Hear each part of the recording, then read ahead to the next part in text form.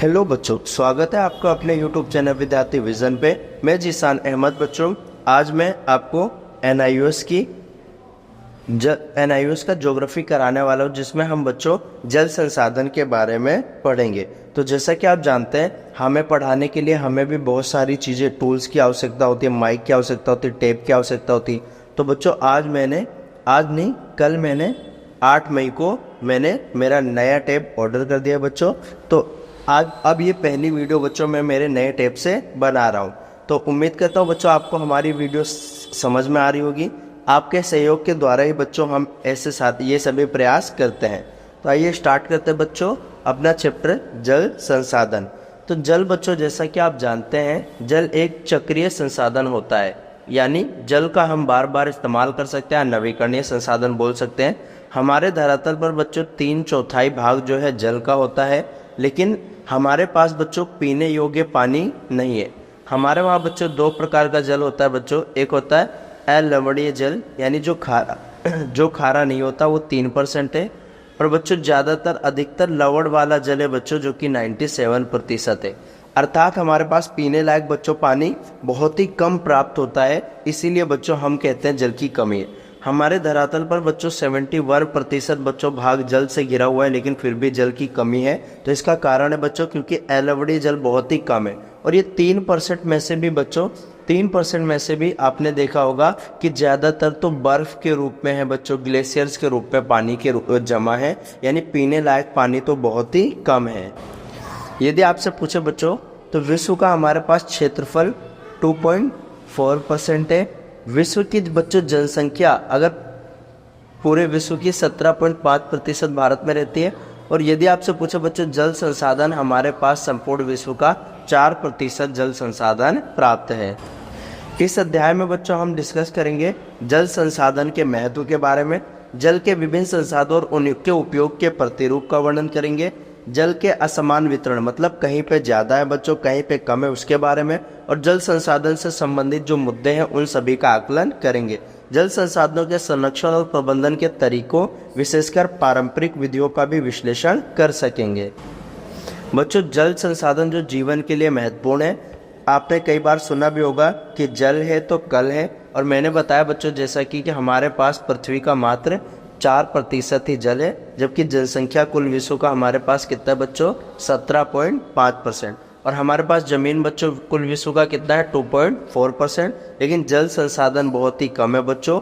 हमारे वहाँ कई 1/6 भाग बच्चों सूखे की चपेट पे भी आ जाते हैं। आज भी बच्चों भारत में ऐसे कई स्थान हैं जहाँ पे कृषि बच्चों वर्षा पे ही निर्भर करती है, यानी बारिश पे ही निर्भर करती है।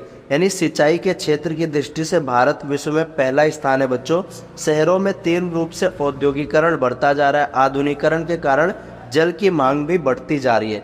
इसके साथ ही बच्चों सीवर हो गया, अन्य सभी प्रकार के कूड़े को हटाने के लिए भी जल की मांग निरंतर बढ़ती जा रही है। तो इसीलिए बच्चों हम कह सकते हैं कि जल एक महत्वपूर्ण नवीकरणीय संसाधन है। यदि आपसे पूछे बच्चों नवीकरणीय संसाधन किसे कहते हैं, जिनका हम बार बार प्रयोग कर सकते हैं, उन्हें हम बच्चों नवीकरणीय संसाधन कहते हैं। अब हम जानेंगे बच्चों जल के महत्वपूर्ण स्रोत के बारे में। तो जल के बच्चों 4 महत्वपूर्ण स्रोत है, ये मोस्ट बच्चों आपको याद कर लेना है।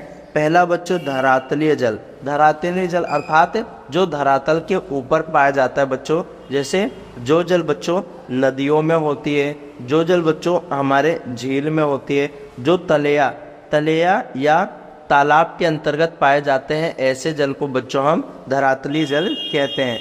और अगला आता है बच्चों भूमिगत जल। भूमिगत जल मतलब कि जो जमीन के नीचे होता है, जैसे बच्चों कुएं के अंदर जो जल होता है या नलकूप का जो जल होता है, वो सब भूमिगत जल के अंतर्गत आते हैं। यदि आपसे पूछे बच्चों भारत में धरातलीय और भूमिगत दोनों प्रकार के जलों का बच्चों बहुत ही ज़्यादा प्रयोग किया जाता है, और सबसे ज़्यादा बच्चों कृषि क्षेत्र में प्रयोग किया जाता है। और कृषि क्षेत्र में जल किस लिए चाहिए बच्चों, सिंचाई के लिए कृषि क्षेत्र में जल की आवश्यकता होती है। उसके बाद बच्चों वातावरण का जल है, जो वातावरण मतलब जो जल चक्र के अंतर्गत बच्चों जल चक्र के अंतर्गत पहले वाष्पीकरण होता है, फिर संघनन होता है, बादल बनने की प्रक्रिया होती है, फिर वर्षण होता है बच्चों।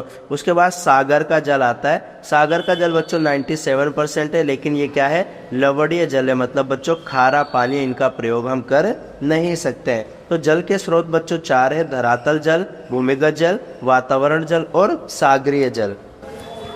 इस मैप की सहायता से बच्चों आप देख सकते हैं कि जल संसाधनों की उपलब्धता बेसिन के अनुसार भारत में, तो जहाँ पे भी बच्चों ये डार्क डॉटेड वाली ग्रीन कलर है बच्चों, वहाँ पे क्या है 20,000 से भी अधिक जल है, यानी यहाँ पे बच्चों है ना 2,000 से भी कम, यानी इस क्षेत्र में बच्चों हमेशा से जल की कमी रही है।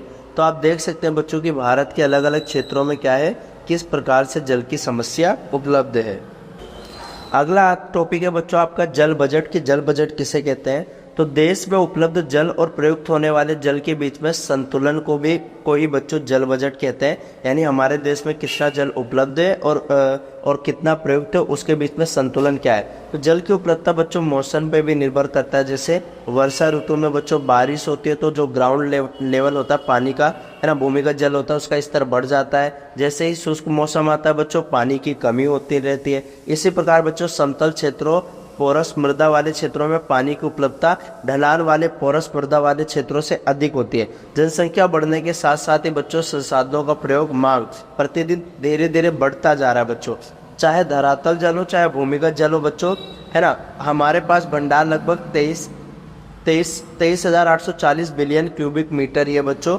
अगर आपको पता होगा बच्चों कि हमारे वहाँ ज़्यादातर आवश्यकता बच्चों जल की वर्षा के द्वारा पूरी होती है, और कुल विश्व का भारत में बच्चों 4% जल पाया जाता है। हमारे वहाँ वर्षा बच्चों होती है 4,000 घन किलोमीटर बच्चों, हर साल हमारे वहाँ वर्षा होती है। लेकिन ये बच्चों 4,000 घन किलोमीटर पानी पूरा नहीं मिलता हमें सिर्फ बच्चों 1869 घन किलोमीटर पानी ही मिलता है, यानी जो 1122 घन किलोमीटर इसमें से भी बच्चों हम 1122 का ही हम घन किलोमीटर का उपयोग कर पाते हैं। बाकी जो होता है बच्चों वो वाष्पीकरण में जल चक्र में चला जाता है। तो जल बजट का अर्थ होता है बच्चों देश को उपलब्ध जल में प्रयुक्त होने वाले जल के बीच संतुलन को ही हम जल बजट कहते हैं।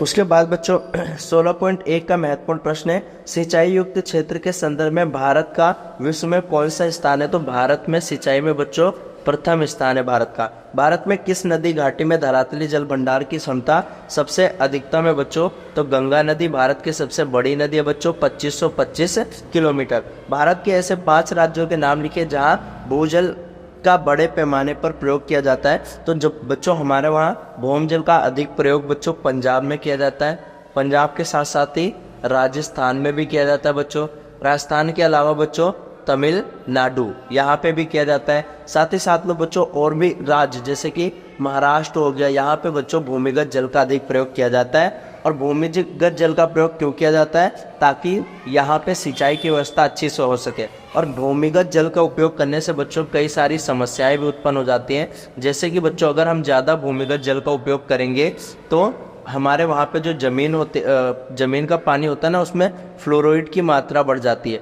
और फ्लोराइड बढ़ेगा तो इससे बच्चों अगर हम वो वाला पानी पियेंगे ना तो हमारी हड्डियाँ जो है धीरे धीरे कमज़ोर होने लगेगी। तो ज़्यादा भूजल का उपयोग करना भी बच्चों बहुत ही खतरनाक हो सकता है। बच्चों उपयोग का प्रतिरूप की जल का उपयोग का क्या क्या प्रतिरूप है। तो भारत की जनसंख्या बच्चों बहुत तेजी से बढ़ रही है। आपको पता है बच्चों 144 करोड़ जनसंख्या हो गई, जो कि आबादी के बाद हमारी 3 गुनी हो गई है। जनसंख्या के इस वृद्धि के कारण जल की मांग बच्चों लगातार बढ़ रही है, खासकर बच्चों शहरी क्षेत्रों में यानी नगरों में ज़्यादा हो रही है। घरेलू सिंचाई में बच्चों, घरेलू उपयोग में, सिंचाई में, है ना, उद्योग में भी बच्चों जल की मांग लगातार बढ़ती जा रही है। इसीलिए बच्चों पिछले कई सालों में प्रति व्यक्ति प्रतिवर्ष जल उपलब्धता लगातार घटती जा रही है ना। 1951 में प्रति व्यक्ति बच्चों वार्षिक जल उपलब्धता 5177 क्यूबिक मीटर थी, जो कि 2001 में घटकर बच्चों 1829 क्यूबिक मीटर ही रह गया। आने वाले 2025 में बच्चों ये और घटकर 1324 ही बचेगा। और ये घट क्यों रही है बच्चों, क्योंकि लगातार बच्चों भारत की जो है जनसंख्या बढ़ रही है, और जनसंख्या बढ़ने से संसाधनों का बंटवारा हो जाता है, क्योंकि हमारे पास संसाधन सीमित है, लोग ज़्यादा हैं। इसीलिए अब बच्चों हमारे वहाँ पे जो प्रति व्यक्ति जल उपलब्धता है ना, लगातार वो घटती जा रही है। जैसा कि आप देख रहे बच्चों 5177 था आज़ादी के टाइम पे, फिर उसके बाद में 1829 हुआ और आज घटकर बच्चों 2024 तक 1324 ही रह जाएगा। आप ग्राफ देख सकते हैं बच्चों की किस प्रकार से लगातार जल उपलब्धता घटता जा रहा है। उसके बाद आता है बच्चों कि हम आखिर इन जल संसाधन का प्रयोग कहाँ कहाँ करते हैं। तो सबसे पहले घरेलू आवश्यकताओं में जैसे पीने के लिए या और बाकी घरेलू काम, नहाने के लिए, धोने के लिए, मनोरंजन में भी करते हैं जैसे नदी राफ्टिंग हो गया, कयाकिंग हो गया। उद्योग और वाणिज्य में जल का उपयोग होता है। कृषि में बच्चों सिंचाई के लिए होता है, स्वच्छता और जन स्वास्थ्य के लिए होता है और जल से विद्युत उत्पादन भी किया जाता है। जैसा कि आप जानते हैं बच्चों बांधों का निर्माण किया जाता है। बांध क्या है? तो बांध बच्चों खड़ी की गई एक बाधा होती है जो बहते जल को रोकने और उसके दिशा को बदलने के लिए होता है। और बांध से बच्चों क्या होता है? बिजली भी उत्पादन किया जाता है। बांध से बच्चों एक बार में हम कई सारे लक्ष्य पूरे कर सकते हैं बच्चों, जैसे कि बिजली बनाना हो गया बच्चों, साथ ही साथ में सिंचाई करना हो गया, विद्युत उत्पादन करना, मनोरंजन, बाढ़ नियंत्रण भी बच्चों बांधों के माध्यम से किया जा सकता है। इसलिए बांधों को बच्चों बहुउद्देशीय नदी घाटी परियोजना भी कहते हैं। तो ये ध्यान रखना बच्चों, बांधों के द्वारा कई सारे उद्देश्य की प्रवृत्ति की जा रही है। हम सबको बच्चों पीने के पानी की जरूरत है और पृथ्वी पे पीने का पानी बच्चों मात्र 2.5% है बच्चों, यानी 3% अनअवेलेबल है। उसमें से भी पीने वाला पानी तो बच्चों 2.5% ही है और इसका 2/3 भी बच्चों ध्रुवों पर बर्फ के रूप में यानी जमा पड़ा, यानी ग्लेशियर्स के रूप में जमा पड़ा है। विश्व के अनेक भाग में बच्चों पानी की मांग जो है आपूर्ति से अधिक है। आने वाले भविष्य में बच्चों क्या होगा कि ऐसा अनुमान है कि विश्वव्यापी जल का 70% सिंचाई के लिए प्रयोग होता है, यानी ज्यादातर हम लोग जो जल है ना उसको सिंचाई के अंतर्गत प्रयोग करते हैं। अब आप बच्चों यहाँ एक आंकड़ा दिया है, आंकड़े बिलियन क्यूबिक मीटर में है कि घरेलू प्रयोग कितना होता है, कितना परसेंट, कैसे कैसे दे रखा है बच्चों। सिंचाई के प्रमुख साधन बच्चों, तो सिंचाई के बच्चों 3 प्रमुख साधन है, कुएं, नलकूप हो गए, नहरें हो गए और तालाब। यानी यहाँ से भरकर सिंचाई किया जाता है, नलकूप लगा देते हैं बच्चों, तालाबों के माध्यम से सिंचाई व्यवस्था होती है और नहरों के माध्यम से बच्चों सिंचाई व्यवस्था किया जाता है। अब बच्चों देख सकते हैं बच्चों कि हमारे वहाँ सिंचाई वाले क्षेत्र तालाब से मात्र 3% लोग करते हैं, है ना। उसके बाद आता है बच्चों नहरों के माध्यम से तो 24% होती है, अन्य से बच्चों 16%, ट्यूबवेल से बच्चों 46% सिंचाई होती है और अन्य में क्या है 11% है बच्चों। तो यानी कुएं हो गए, सबसे ज़्यादा बच्चों हमारे वहाँ सिंचाई ट्यूबवेल से होती है बच्चों 46%।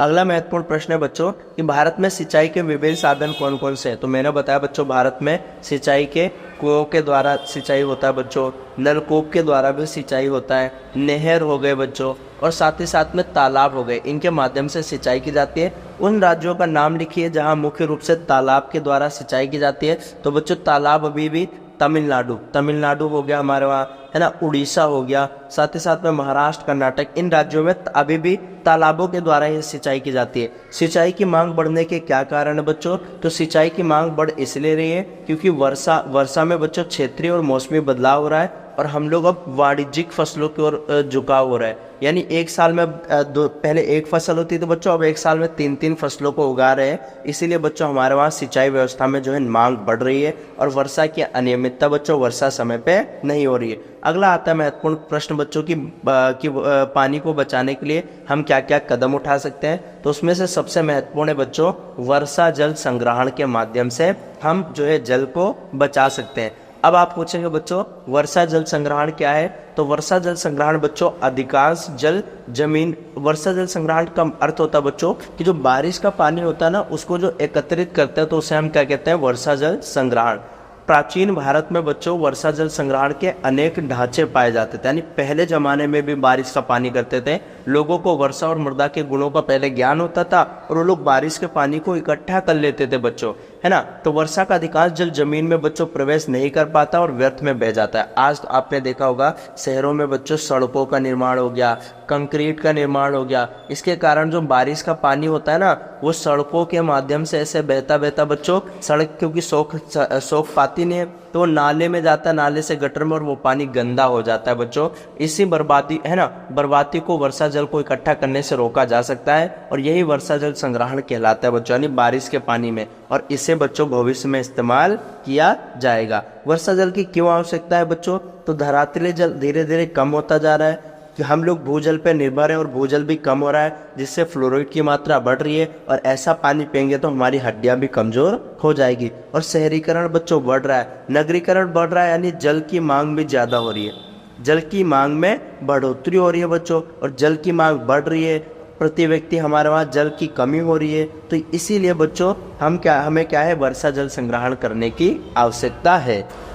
उसके बाद बच्चों आपसे पूछ सकता है वर्षा जल संग्रहण के उद्देश्य क्या है। तो सबसे पहला उद्देश्य तो यही है बच्चों कि वर्षा जल को रोकना, जो बारिश का जल आता है वर्षा जल को क्या करना है, रोकना है और उसको इकट्ठा करना है। तो पहली तो उद्देश्य यही है, आवश्यकता है। दूसरा बच्चों पानी की उपलब्धता जो है ना, पानी उपलब्धता यानी प्रति व्यक्ति को पानी मिले, तो पानी की उपलब्धता को बढ़ाना वर्षा जल का दूसरा लक्ष्य है बच्चों।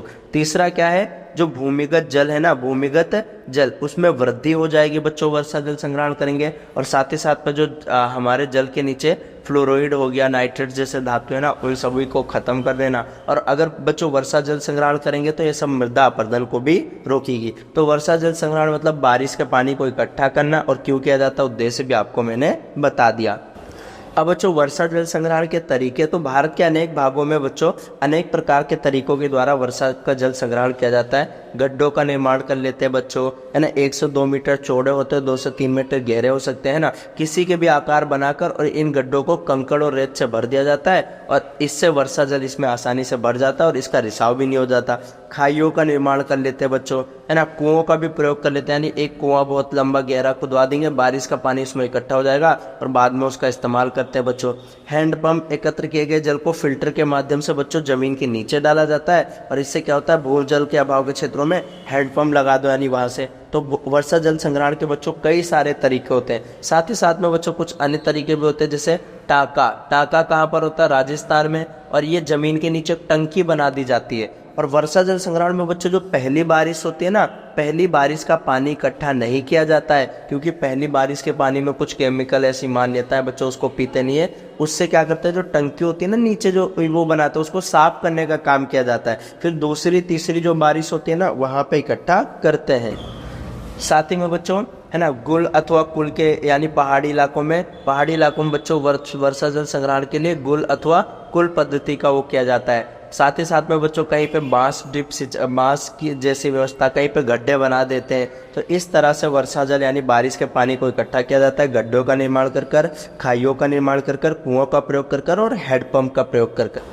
कुछ बच्चों महत्वपूर्ण पाठगत प्रश्न आपके इसमें है, हमें वर्षा जल संग्रहण की आवश्यकता क्यों है बच्चों। तो ये मैंने आपको उद्देश्य और आवश्यकता एक ही है, ये मैंने लिखा दिया बच्चों कि क्योंकि सतह जल की कमी हो रही है, भूमिगत जल पर बढ़ती निर्भरता के कारण शहरीकरण बढ़ रहा है, इसलिए हमें वर्षा जल संग्रहण करने की आवश्यकता है। वर्षा जल संग्रहण के 2 तरीके बताओ, तो टाका बता दिया मैंने, टाका हो गया, गुल अथवा कुल हो गया। तो ये कुछ तरीके हैं बच्चों, है ना, खाइयों का निर्माण करना। और अगर आपसे पूछे बच्चों, तमिलनाडु एकमात्र ऐसा राज्य है जहाँ पे वर्षा जल संग्रहण करना वर्षा जल संग्रहण बच्चों अनिवार्य है।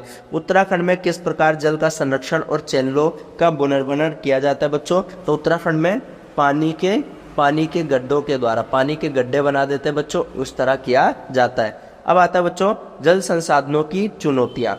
तो जल संसाधन के बारे में बच्चों कई सारी चुनौतियां हैं, इसकी सूची बहुत लंबी अगर हम बताएं तो जल दुर्लभ है। दुर्लभ मतलब क्या है कि बहुत ही कम मात्रा में उपलब्ध है ना। तो ये ध्यान रखना, जल दुर्लभता का मतलब वही होता है कि पीने योग्य पानी की कमी होना। दुर्लभता का मतलब होता है बच्चों किसी चीज की कमी होना, उसी को दुर्लभता कहते हैं। प्रदूषित और समाप्त होता जा रहा है। हम निम्न प्रकार से इसकी सूची बना सकते हैं, क्योंकि शहरीकरण हो रहा है बच्चों। जल संसाधन की चुनौती क्या है, शहरीकरण के कारण मांग बढ़ रही है, लोग ज्यादा बढ़ रहे हैं शहरों में बच्चों, कार धोने के लिए, ये सब चीजों के लिए मांग बढ़ रही है। आजकल बच्चों जो मशीनें होती है ना बड़ी बड़ी, उन मशीनों को ठंडा करने के लिए भी जल की आवश्यकता होती है ना। जलाशय, शहरी और औद्योगिक प्रदूषित जल डालने के कारण पानी में प्रदूषण हो रहा है। अगर हम शहर का औद्योगिक जो प्रदूषित जल होता है और नदियों में हम गंदगी डालेंगे तो हमारा जल प्रदूषित हो रहा है। आर्थिक और सामाजिक विकास एवं पीने के पानी की बढ़ती मांग के कारण बच्चों, तो ये सब ध्यान रखना। और वैश्विक परिवर्तनों के संग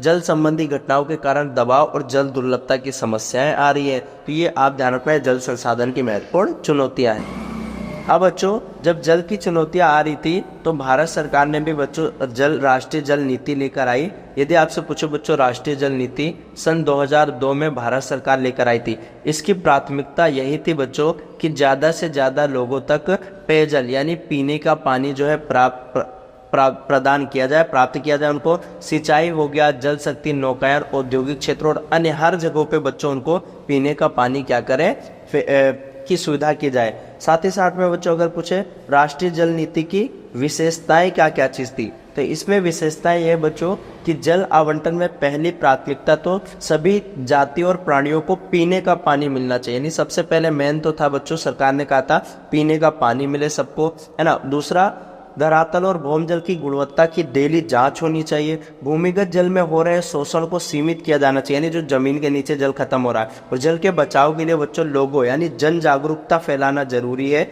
सिंचाई और अन्य कार्यों में बच्चों जो पीने वाला पानी है ना, उसका इस्तेमाल नहीं करना चाहिए। तो ये राष्ट्रीय जल नीति थी।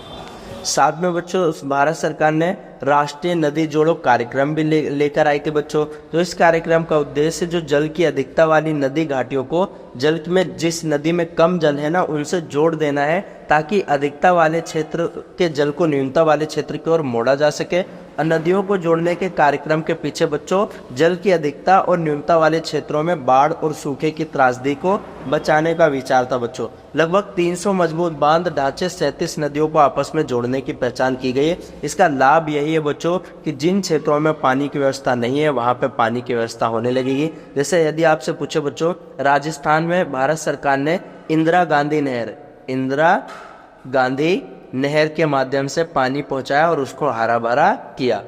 उसके बाद आता है बच्चों जल संरक्षण के तरीके। तो जल संरक्षण का मतलब होता है बचाना। तो बचाने के कई तरीके बच्चों, नदी पे बांध बनाकर, है ना, नदियों का, ताकि जल व्यर्थ न जाए। नदी के पानी को हर कीमत पर शहरी कूड़ों से बचाना चाहिए। लोगों को जन जागरूक करना चाहिए, है ना। कुशल प्रबंधन करना चाहिए। पीने के पानी को बागवानी, वाहन धोने के लिए प्रयोग नहीं करना चाहिए। पानी की टूटी हुई लाइनों को जल्दी से जल्दी मरम्मत करना चाहिए। और बच्चों टपकता हुआ नल है ना, उससे भी बचाव करना चाहिए। यानी एक टपकता नल बच्चों एक साल में 1200 लीटर जल व्यर्थ कर देता है। यानी कहीं पे भी कुछ लीकेज है ना, तो उन सबको तुरंत उनका निपटान करना चाहिए। आइए बच्चों कुछ पाठगत प्रश्न देखते हैं जो कि हमारे उसमें है। तो जल संसाधन से संबंधित किन्हीं 4 समस्याओं का वर्णन कीजिए। तो 4 समस्या बच्चों, सबसे पहला तो समस्या बच्चों जल संसाधन के लिए शहरीकरण बढ़ रहा है। तो शहरीकरण के कारण पानी की मांग बढ़ रही है। दूसरा, जल को बच्चों हम प्रदूषित कर रहे हैं, है ना। पर्यावरण परिवर्तन हो रहा है, इससे भी जल पे प्रभाव पड़ रहा है बच्चों। और साथ ही साथ में आर्थिक गतिविधियों की मांग की वजह से भी जल संसाधनों का दोहन हो रहा है। राष्ट्रीय जल नीति के मुख्य उद्देश्य बच्चों मैंने आपको बता दिया कि राष्ट्रीय जल नीति 2002 में आया था। और इसका मेन मकसद है कि सबसे पहले तो जल आवंटन में पहली प्राथमिकता सभी प्राणी जीव जंतु के लिए पीने लायक पानी होना चाहिए। धरातल और भौम जल की गुणवत्ता को जांच करें, है ना। नदियों को परस्पर जोड़ने के सामने क्या क्या चुनौतियां आ सकती है बच्चों, तो ये आपको बताना है। तो चुनौतियां बच्चों नदियों को जोड़ने के लिए परियोजना की व्यवहारिकता, पर्यावरण का प्रभाव भी पड़ेगा, समाज पे भी प्रभाव पड़ेगा, ये आपको ध्यान में रखना है। अब ये बच्चों आपका फ्लो चार्ट है। यानी जल संसाधन पड़ा बच्चों, धरातलीय, भूमिगत, वायुमंडल, सागरीय जल पड़ा। फिर जल बजट पड़ा बच्चों, जल के उपयोग का प्रतिरूप, सिंचाई कैसे करते हैं, है ना। वर्षा जल संग्रहण पढ़ा बच्चों हमने। राष्ट्रीय जल नीति पढ़ा बच्चों, है ना। राष्ट्रीय नदी, ये सारे कार्यक्रम पढ़े बच्चों। तो कुल मिलाकर अगर आपके इस अध्याय से कोई प्रश्न आता भी है तो आपको क्या करना है, बनाकर अपने माध्यम से जितना आपने इस वीडियो में देखा उसको कर देना है। ये बच्चों आपके और भी महत्वपूर्ण प्रश्न हैं, इन पे भी बच्चों ध्यान देना। अगर वीडियो से रिलेटेड कोई भी डाउट हो बच्चों, कोई भी क्वेश्चन नहीं समझ में आ रहा, तो आप कमेंट में हमसे कमेंट कर पूछ सकते हैं। आपका कोर्स बच्चों ज्योग्राफी का बहुत ही लंबा है, लेंथी है, इसलिए बच्चों मैं क्या कर रहा हूँ कि आपको आसान भाषा में और कम टाइम में आपको जो नोट्स है ना उसको समझा रहा हूँ अपनी आसान भाषा में बच्चों।